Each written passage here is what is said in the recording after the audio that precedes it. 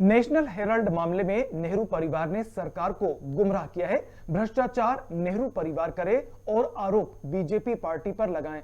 10 साल बाद सबूत मिले, जिसके बाद ईडी ने कार्रवाई की। कांग्रेस के विरोध प्रदर्शन को लेकर कांग्रेस पार्टी मुद्दे से भटकाने का काम करती है।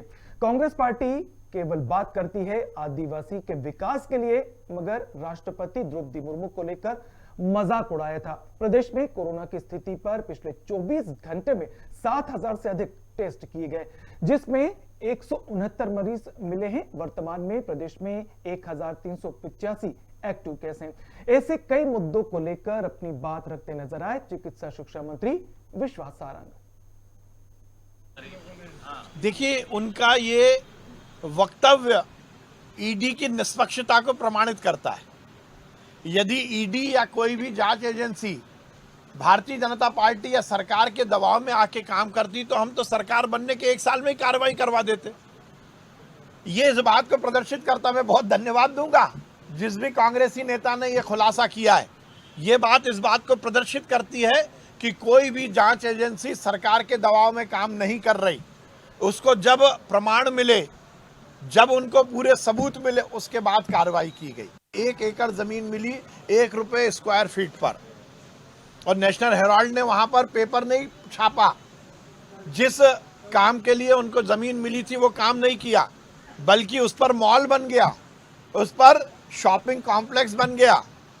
और जब 2011 में इसकी लीज रिन्यूअल का मामला आया तो 2012 में उनकी लीज को कैंसिल किया गया। मामला कोर्ट में है, परंतु नेशनल हेराल्ड के मामले में, भोपाल के मामले में तो नेहरू परिवार ने दोनों को गुमराह किया और बेवकूफ़ बनाया। पहले सरकार को, और दूसरा जिन लोगों को ये नेशनल हेराल्ड की ज़मीन बेची गई उनको भी गुमराह किया। अब ये तो दूध का दूध और पानी का पानी सामने है। इसमें जांच एजेंसी क्या करेंगी? भ्रष्टाचार तुम करो, वो गलती कहोगे कि जांच एजेंसी कर रही है। भ्रष्टाचार नेहरू परिवार करे और इल्ज़ाम भाजपा पर गढ़ दो। देखिए, इस देश का संविधान सबके लिए बराबर है। आप नेहरू परिवार में पैदा हो गए, इसका मतलब ये नहीं है कि आप संविधान से बड़े हो। राहुल गांधी और सोनिया गांधी ने गलती की है तो जनता के सामने इसको स्वीकार करना चाहिए। देखिए, लोकतंत्र में इस तरह की शब्दावली आपका घमंड प्रदर्शित करती है। लोकतंत्र की एक व्यवस्था है। लोकतंत्र में जनता के बीच में चुनाव में जाकर आपको सरकार में आना है या नहीं आना, ये जनता निश्चित करती है। पर जो कार्यपालिका है, जो ब्यूरोक्रेसी है, जो अधिकारी कर्मचारी हैं, वो किसी सरकार के नहीं होते। वो निष्पक्षता के साथ काम करते हैं। और जीतू पटवारी जी भूल रहे हैं कि इस देश में अधिकतर समय उनकी और नेहरू परिवार की सरकार रही है। तो क्या ये उस समय भी होता था?